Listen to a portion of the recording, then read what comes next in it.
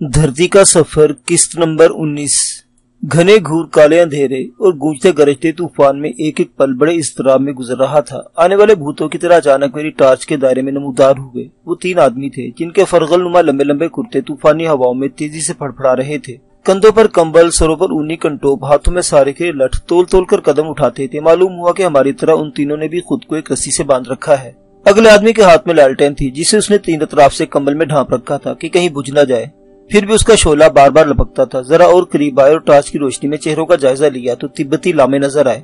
होलनाक तूफान में बड़ी जोखों से चल रहे थे। अब ख्याल आया शायद करीब कोई तिब्बती बस्ती हो जहां वो जा रहे हैं और हमें भी वहां पनाह मिल सके।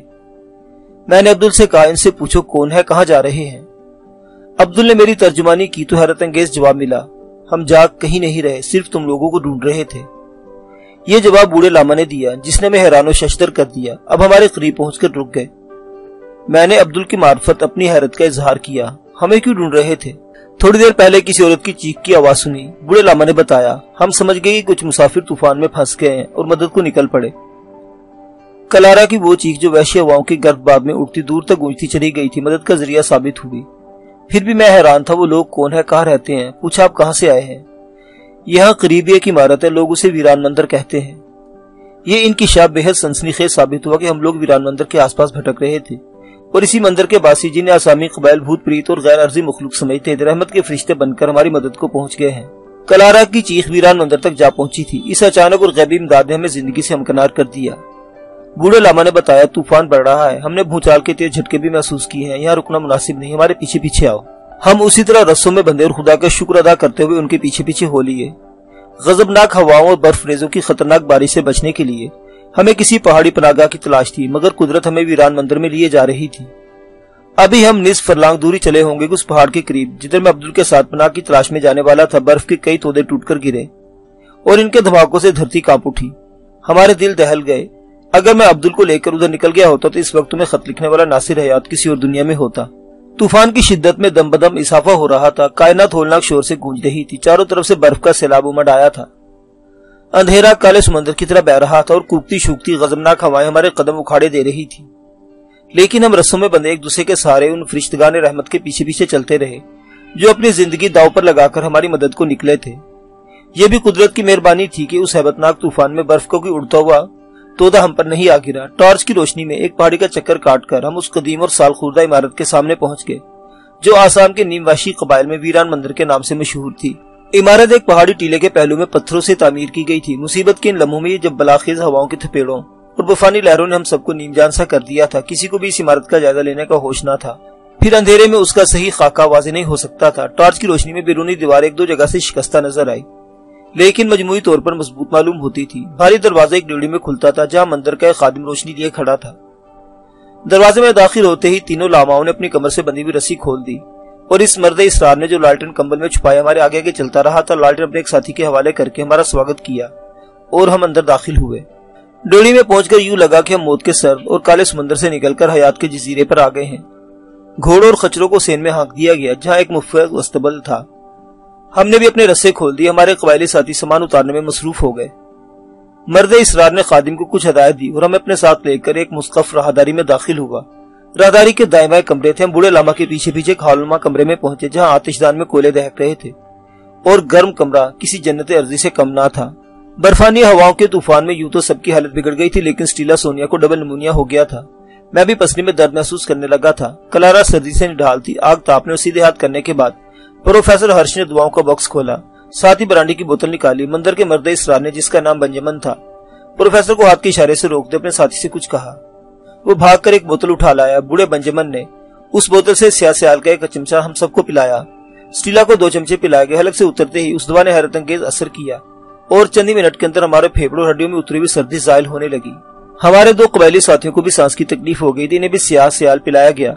इसी दौरान में मंदिर का खादिम कहवा तैयार करके ले आया। गरम गरम कहवे पीते ही जिसमें हरारत आ गई और कानों की लोएं तक गर्म हो गई। अब जरा होश आया तो मैंने अपने मेजबानों का शुक्रिया अदा किया जो बर वक्त सामने। मुअज़्ज़िज़ सामीने हजरात, हम माजरत ख़्वाह हैं, यहाँ से किताब के 2 या 3 सफ़हात गायब हैं, लिहाजा हम कहानी आगे से शुरू करते हैं।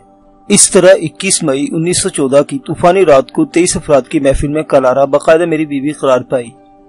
اور یہ عجیب بات تھی کہ اس تقریب میں پنجابی، جرمن، انگریز، آسامی، نیپالی اور تبتی لوگ شریک تھے، گویا کئی قوموں اور کئی نسلوں کے باشندے شادی کے گواہ تھے۔ کلارا اس دلچسپ صورتحال پر حیران بھی تھی اور بے حد مسرور بھی کہ ہمارا عقد باقاعدہ معروف رسم کے مطابق ہوا ہے۔ حالانکہ وہ ڈاک بنگلے میں اس خدشے کا اظہار کر چکی تھی کہ شاید ایسا کبھی نہ ہو سکے، مگر ایسا ہو گیا تھا۔ یہ بھی بتا دوں کہ کوکی سردار کے جادو یا علم تسخیر سے بچنے کے لیے میں نے اسے جو آیات یاد کرائی تھی اس سے بے حد متاثر ہوئی، کیونکہ خود تجربہ کر کے اس کا حیرت انگیز نتیجہ بھی دیکھ چکی تھی۔ اسی ذاتی تجربے کی شہادت پر قرآن کو ایک زندہ کتاب سمجھنے لگی تھی۔ اگر میں چاہتا تو نکاح سے پہلے بھی مسلمان ہو جاتی، لیکن یہ معاملہ میں نے اس کی مرضی پر چھوڑ دیا، کیونکہ اس سلسلے میں لا اکراہ فی الدین کا پابند ہوں۔ مجھے امید ہے جب اسے تمہارے سامنے لے کر آؤں گا وہ ایک بدلی ہوئی کلارا ہوگی۔ رات کے کھانے کے بعد میں اسے ایک علیحدہ کمرے میں لے گیا جہاں ہمارے لیے بستر بچھا دیا گیا تھا۔ اس سفر کے دوران یوں تو ہم دونوں پہلے مجبوراً اور بعد ازاں ضرورتاً ہر رات ایک ہی بستر میں سوتے رہے، لیکن شب روسی کی نوعیت کچھ مختلف تھی، اور یہ وہ حسین رات تھی جس کا کلارا کو کئی دنوں سے انتظار تھا، جس کے لیے میں بھی کئی روز سے بے چین رہا۔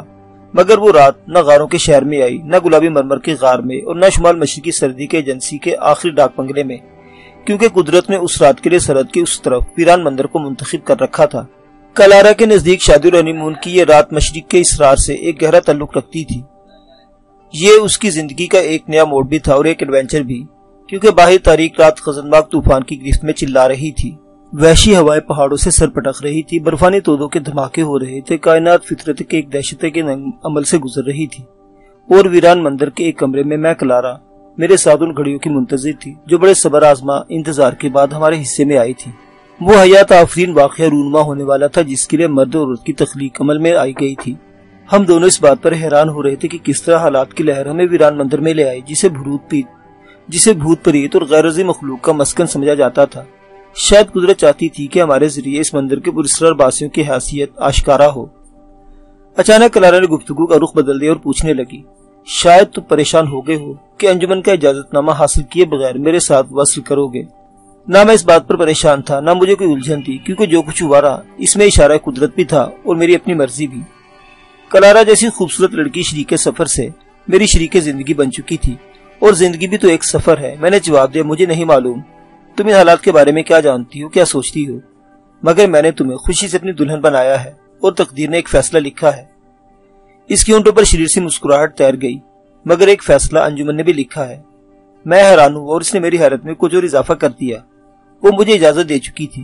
یہ کہہ کر کلارا نے تمہارا وہی خط نکالا جس کی ایک جھلک ڈاک بنگلے میں دکھا چکی تھی، پھر اسی طرح خط کی کئی تہیں کرنے کے بعد تمہاری لکھی ہوئی چند سطریں میرے سامنے کر دی اور بولی، پڑھو۔ میں وہ سطریں پڑھنے لگا۔ تم نے کلارا کو لکھا تھا، میں نے تمہیں سفر کی بہت سی سہولیات مہیا کر دی ہیں، اپنے سرتاج کو تمہارے اختیار میں دے دیا ہے۔ اگر وہ اس سفر میں تم اپنی زندگی کا ہم سفر بنا لے تو ہمیں کوئی اعتراض نہیں ہوگا، کیونکہ ہم نے اپنی امانت تمہیں سونپ دی اور قدرت کے اشارے لکھ دیے ہیں۔ یہ الفاظ حیرت انگیز ضرور تھے جن سے بدن میں سنسنی سی دوڑ گئی، مگر یہ اس کھیل کا منظر نامہ تھا جسے قدرت نے ترتیب دیا۔ کچھ اشارے میں نے بھی سمجھ لیے تھے، سفر کے دوران تمہاری آواز بھی سن لی تھی۔ تمہارے لکھے ہوئے الفاظ پڑھے تو خود کو مکمل طور پر حسین کلارا کے اختیار میں دے دیا، یا مکمل طور پر اسے اپنے اختیار میں لے لیا اور قدرت کے فرمان پر عمل کیا۔ کلارا خود ایک خوبصورت گلاب اور گلابوں کی طرح مہکنے والی لڑکی ہے۔ محبت کے مقفل دریچے کھلے تو بستر پر باغ جنت کی ہوا چلنے لگی جو میری حیات کی شاخوں کو چھیڑتی اور انہیں اپنی خوشبوؤں سے مہکاتی رہی۔ وہ ایک نخل جمال ہے جس کے سارے پھل خوش ذائقہ، شیریں اور لذیذ ہیں، اور اس رات معلوم ہوا کہ خوش رنگ اور خوش مال ہی نہیں، خوش ادا بھی ہے، سمندر کی طرح گہری اور پراسرار، لیکن پھولوں کی طرح سبک اور دودھ کی طرح نشہ آور۔ سفر کے دوران ہم دونوں کئی مشکلوں سے گزرے اور اب راحتوں سے دوچار تھے۔ یہی دستور حیات ہے کہ مصیبت کے بعد راحت کی گھڑی آتی ہے۔ اگر مصیبتیں وادیوں، میدانوں یا راستوں میں آدمی کے تعاقب میں رہتی ہیں تو خوشی اور مسرتیں بھی بستر پر اسی کا انتظار کرتی ہیں۔ مشکلوں کا صلہ راحتوں کی شکل میں ملتا ہے، کٹھن محبت کی راتوں کا پیغام لے کر آتے ہیں۔ اس رات ہمارے خوابوں کو بھی ایک حسین تعبیر مل گئی۔ میں نے کلارا کے راحت افزا سلوک اور بھرپور تعاون سے یہ شگون بھی کر لیا کہ زندگی پرجوش اور پرخلوص رہے گی، کیونکہ اس خوبصورت کبوتری کی مانند ہے جو پوربہار وادیوں سے گزرتی، نیلے آسمان کے نیچے اڑتی، لیکن صرف اپنے ڈربے میں اپنے ساتھی کے پہلو میں پھڑپڑاتی ہے۔ وصل کی رات کا سویرا ہوا تو پہاڑوں پر گزرنے والے ہولناک طوفان کی شدت کچھ کم ہو گئی تھی، وحشی ہواؤں کا زور گھٹ گیا تھا اور کوئی مزید زلزلہ بھی نہیں آیا تھا۔ میرا خیال تھا کہ صبح بیٹی کے بجائے بستر پر کلارا کا صرف میٹھا پیار ملے گا، लेकिन मेरी आंख खुली तो बैटरी तैयार कर चुकी थी और बीवी की हैसियत से ये इसकी पहली खिदमत थी। हम दोनों बेहद खुश और मुतमईन थे। दिन चढ़े अभी कमरे से निकलने का इरादा कर रहे थे कि बोधी दरवाजे पर नमूदार हुआ और उसने बताया कि बूढ़ा माला बड़े कमरे में हमारा मुंतजिर है। हम बोधी के साथ बड़े कमरे में पहुंचे जहां आतिशदान में कोयले दहक रहे थे और हमारे अलावा मर्दे इसरार बंजन, प्रोफेसर हर्ष, टीला सोनी, अब्दुल, शमशीर जंग और मोरंग पहले ही मौजूद थे। सब ने हमें हनीमून मनाने की मुबारकबाद दी। बूढ़े बंजन के करीब एक नई शक्ल भी नजर आई। वो कोई कबायली था जो गालिबन रात किसी वक्त मंदिर में आया होगा। बंजन ने उसकी तरफ इशारा करके अब्दुल को वास्ता बनाया और मुझसे मुखातिब हुआ। ये गारू बस्ती के सरदार जोलाई का एलची है और ये आज ही सुबह सवेरे यहाँ पहुंचा है। सरदार ने इसे यह मालूम करने के लिए भेजा कि क्या मंदिर में गैर मुल्कियों की किसी काफिले ने पनाह ली है जिसमें कोई पंजाबी साहिब भी है। इस हैरत अंगेज इत्तला पर हम सब चौंक गए। मर्दे इसरार बंजन ने बताया, जोलाई गारू कबीले का सरदार है और गारू बस्ती यहाँ से 2 दिन की मुसाफत पर है। सरदार का आदमी पंजाबी साहिब के लिए एक पैगाम लेकर आया है और ये है पैगाम सरदार जोलाई का कि वो गारू बस्ती में काफिले का स्वागत करेगा। मैं इस अजीबोगरीब पैगाम पर हैरान और शश्तर रह गया क्योंकि सरदार जोलाई और गारू कबीले का नाम पहली बार सुना था। यह बात मेरे लिए किसी अचंभे से कम नहीं थी कि सरदार जोलाई मेरे बारे में कुछ जानता है और मुझे काफिले समेत गारू बस्ती में आने की दावत दे रहा था। मैंने ताज्जुब की नजर से बूढ़े बंजन की तरफ देखा और मुझे तिब्बती लामा पहले से कहीं ज्यादा पुरस्कार नजर आने लगा।